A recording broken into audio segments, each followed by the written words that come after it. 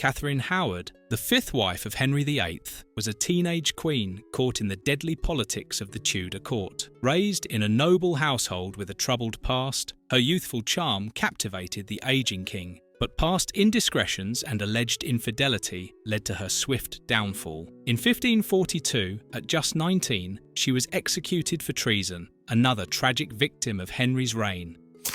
Catherine Howard was born in England during a time of increasing political and religious unrest. Although her exact birth date is unknown, most historians believe she was born around 1524, the same year King Henry VIII stopped sleeping with his first wife, Catherine of Aragon, and soon after began his pursuit of Anne Boleyn. Despite her noble lineage, Catherine Howard's childhood was marked by instability and neglect. Her father, Edmund Howard, lacked the wealth and influence of his elder brother, Thomas Howard, the powerful Duke of Norfolk. Burdened by debt and a lack of status at court, Edmund struggled to provide for his family. After the death of his wife, he sent young Catherine to live with her step-grandmother, Agnes Howard, the Dowager Duchess of Norfolk, in the early 1530s. Catherine's step-grandmother supervised her little, and she was exposed to sexual suitors at an early age. Her piano teacher, Henry Mannix, was the first to take an intense interest in her. Catherine was likely only 13, and Mannix at least twice her age,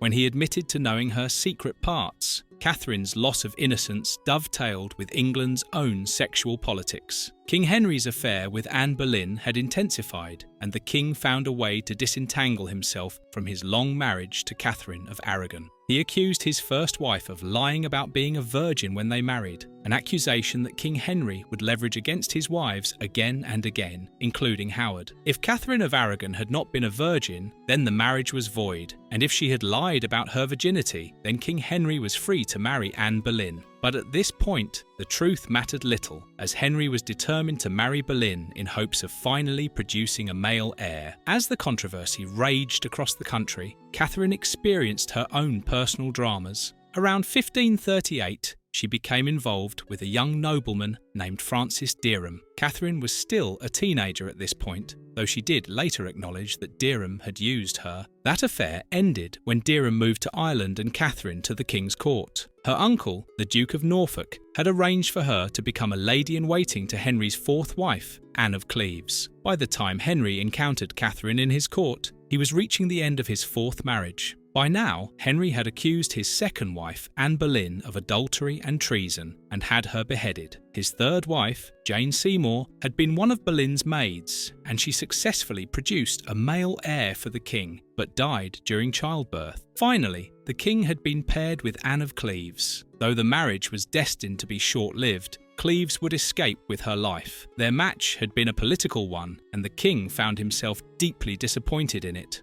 "I see nothing in this woman as men report of her," he sneered. Not only did Henry VIII find Anne of Cleves unattractive, but he also struggled to communicate with her, as she was from a German Protestant state. Their wedding night was a disaster. Over the course of 4 nights, Henry reportedly went to her bed, but couldn't consummate the marriage. The king blamed his wife. However, it's possible that Henry, obese, diabetic, and nearly 50, was actually impotent. Feeling trapped in his new marriage, the king's eye wandered. His gaze settled on a teenage lady-in-waiting to the new queen. Henry had married Anne of Cleves in January of 1540, but by July he wed his fifth bride, the young and beautiful Catherine Howard. The king optimistically called her his rose without thorns. For a king who expected his wives to be virginal producers of a male heir, the fact that Howard had arrived in the king's bed deflowered spelled danger for her from the start. But Henry was blissfully unaware of this.